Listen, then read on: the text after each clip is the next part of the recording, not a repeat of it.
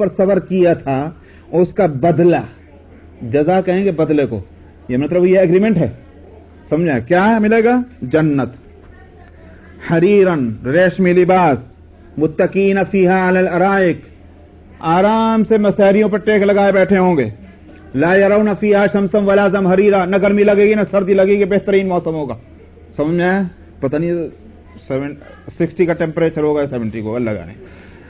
ودانیۃ علیہم ظلالھا وذللت قطوفھا تذلیلا، اور پھلوں کی بہتات، جول اور ڈامنی جانے کی ضرورت نہیں، جہاں بیٹھے ہیں وہیں خوشے، جیسے خواہش پیدا ہوئی کہ اب انار کھانا ہے، انار کا خوشہ لٹک گیا، توڑیے اور کھائیے، کیلا کھانا ہے، موز کھانا ہے، موز نیچے کو آ گیا، توڑیے کھائیے، تازہ تازہ، ہر ایک خوشہ خود بخود دل میں ارادہ ہوا اور وہ چیز جو ہے پورا درخت میں خوشوں کے سامنے۔ اور فرماتے ہیں کہ چاندی کے اور اسی طرح سے سونے کے پیالے اور برتنوں کے اندر ان کی مہمانداری ہوگی، آپ وہاں بادشاہی کر رہے ہوں گے۔ اور وَيُسْقَوْنَ فِيهَا كَأْسًا كَانَ مِزَاجُهَا زَنْجَبِيلًا، اے بھائی کبھی تو ٹھنڈا پینے کو جی چاہتا ہے اور کبھی کبھی گرم بھی پینے کو جی چاہتا ہے نہیں؟ سمجھ دنیا میں کبھی شربت پی رہے کبھی چائے پی رہے۔ وہاں بھی دو طرح کے ہوں گے، ایک تو پہلے گزر چکی ہے کہ جس میں کافور ملا ہوا ہوگا، وہ ٹھنڈک پہنچانے والا جو ہے مشروب ہوگا، اور زنجبیل ملا ہوا جو ہوگا یہ جس کے مزاج کے اندر گرمی ہوگی تو یہ مشروب پلایا جائے گا۔ اور وَيَطُوفُ عَلَيْهِمْ وِلْدَانٌ مُخَلَّدُونَ، یہ ساری محنت خود ہی کریں گے کیا؟ سمجھ بھاگ دوڑ کر رہے ہیں، چائے بنا رہے ہیں، شربت بنا رہے ہیں، یہ سب کر رہے ہیں، سمجھ نہیں؟ یا اکیلے پڑے رہیں گے کتنی بڑی جنت میں؟ فرمایا کہ نہیں، وَيَطُوفُ عَلَيْهِمْ وِلْدَانٌ مُخَلَّدُونَ، نوکر اور چاکر ہوں گے، دل بہلانے والے ہوں گے، بالکل الف کھڑے ہوئے ہوں گے اور خدمت کے لیے حاضر ہوں گے، تو طبیعت بہلتی بھی ہوگی۔ اور اسی طرح سے کپڑے کیسے ہوں گے؟ ثیاب سندس خضر واستبرق، ارے بھائی اب تو وہ نام بھی نہیں رہے، اب جا کے پوچھے جا کے ان لڑکیوں سے، ان کو کپڑے تو یہ تو جانے گا جین شرٹ فلانا ڈھماکا، یہ اس کے سوا اور کچھ نہیں آتا ان کو، لیکن وہ پوت اور جناب والا استبرق، سمجھا، اور اطلس، یہ سارے کپڑے کہاں چلے گئے؟ سمجھا؟ تو فرمایا کہ وہ سندس اور استبرق کے ہرے بڑے جو آنکھوں کو بھانے والے رنگ کے کپڑے بڑے قیمتی پہنائے جائیں گے، جیسے بادشاہوں کے کپڑے ہوتے ہیں ویسے کپڑے ان کو وہاں پہنا جائیں گے۔ کیا رہ گیا؟ جنت مل گئی، کھانے کو آرام سے مل رہا ہے، نوکر چاکر ہیں، دل بہلانے کو کمپنی ہے، سمجھ میں آیا صاحب، پینے کو ہر نعمتیں ہیں، پہننے کو اعلیٰ درجے کا لباس ہے، کوئی اور چیز چاہیے؟ سمجھ میں آیا؟ فرماتے ہیں اِنَّ هَذَا كَانَ لَكُمْ جَزَاءً، یہ تو تمہاری محنتوں کا بدلہ تھا۔ اب اس کے بعد جو وہاں فرمانا کہ وَيَزِيدُهُم مِّن فَضْلِهِ، معلوم ہوا اس سے بھی زیادہ کچھ اور ملنے والا ہے، سوچ نہیں سکتا آدمی کو اس سے زیادہ وہ کیا چیز ہو سکتی ہے۔ اور قرآن شریف میں ایک جگہ آیا ہے کہ میں نے تمہارے واسطے چھپا کے رکھا ہوا ہے ایک چیز کو، میں نے چھپا کے رکھا ہوا ہے تمہارے لیے، تو معلوم ہوا کہ اس کو قرآن میں بھی نہیں بتلایا کہ اور کہتے چھپا کے رکھا ہوا ہے، وہ چھپا کے رکھا ہوا کا مطلب یہی ہے کہ جس وقت وہ وقت آئے گا اسی وقت اس چیز کو بتایا جائے گا، سامنے لایا جائے گا، اس وقت وہ نعمت کتنی زبردست ہوگی اور کیا اس کی خوشی ہوگی۔ وَيَزِيدُهُم مِّن فَضْلِهِ، تو فرمایا کہ لِيُوَفِّيَهُمْ أُجُورَهُمْ، تاکہ ان کو ان کی محنتیں پوری مل جائیں اور اپنے فضل سے اس میں اضافہ ہو۔ إِنَّهُ غَفُورٌ شَكُورٌ، اللہ تعالیٰ مغفرت فرمانے والے ہیں۔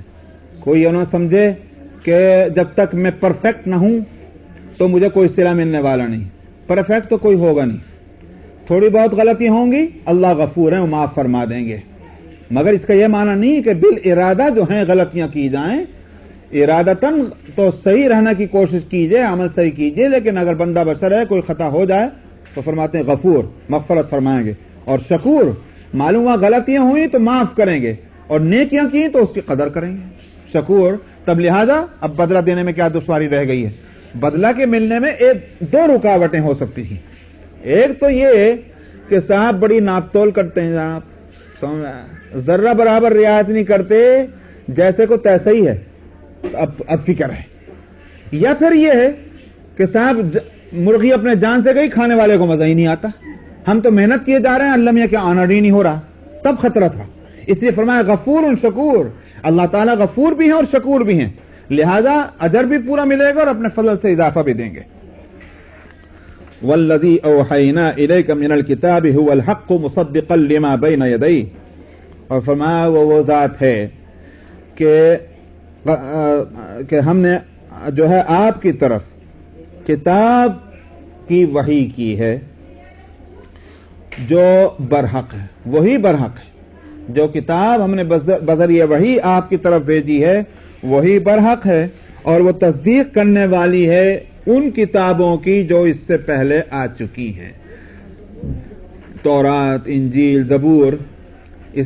قرآن نے آ کر یوں نہیں کہا وہ سب غلط ہیں، قرآن نے آ کر یوں نہیں کہا وہ سب جھوٹی ہیں.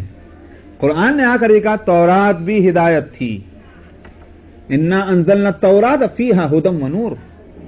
ہم نے تورات کو اتارا، اس میں ہدایت بھی تھی اور نور بھی تھا. تو تصدیق ہوئی. اسی طرح سے الانجیل کے بارے میں بھی قرآن نے کہا وقفینا علی آثارہم بعیسی ابن مریم وآتیناہ الانجیل مصدقا لما بین.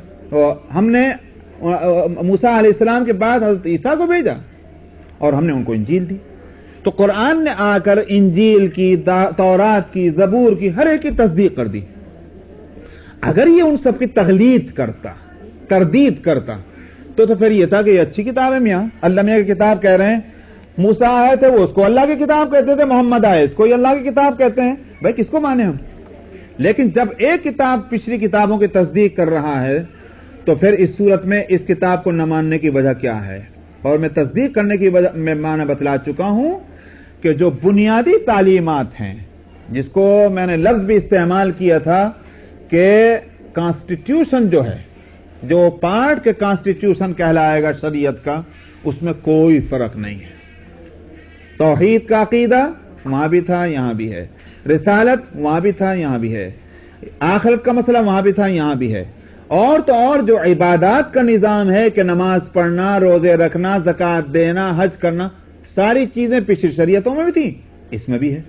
اب رہ گئی تفصیلات اور جزیات کہ نماز کتنے وقت کی، نماز کے اندر کتنی رکعتیں، کیا اس میں پڑھا جائے گا، کون کون سی دعائیں مانگی جائیں گی، وہ تفصیلات ہیں. اگر اس میں فرق بھی ہو تو اس سے یہ نہیں کہا جائے گا شریعت بدل گئی ہے، کیونکہ کانسٹیٹیوشن ایک ہی ہے، وہی اصل پارٹ ہوتا ہے کسی قانون کا.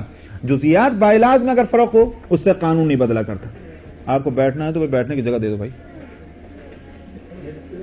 تو اس نے فرمایا مصدقا لما بین یدیہ ان اللہ بعبادہ لخبیر بصیر.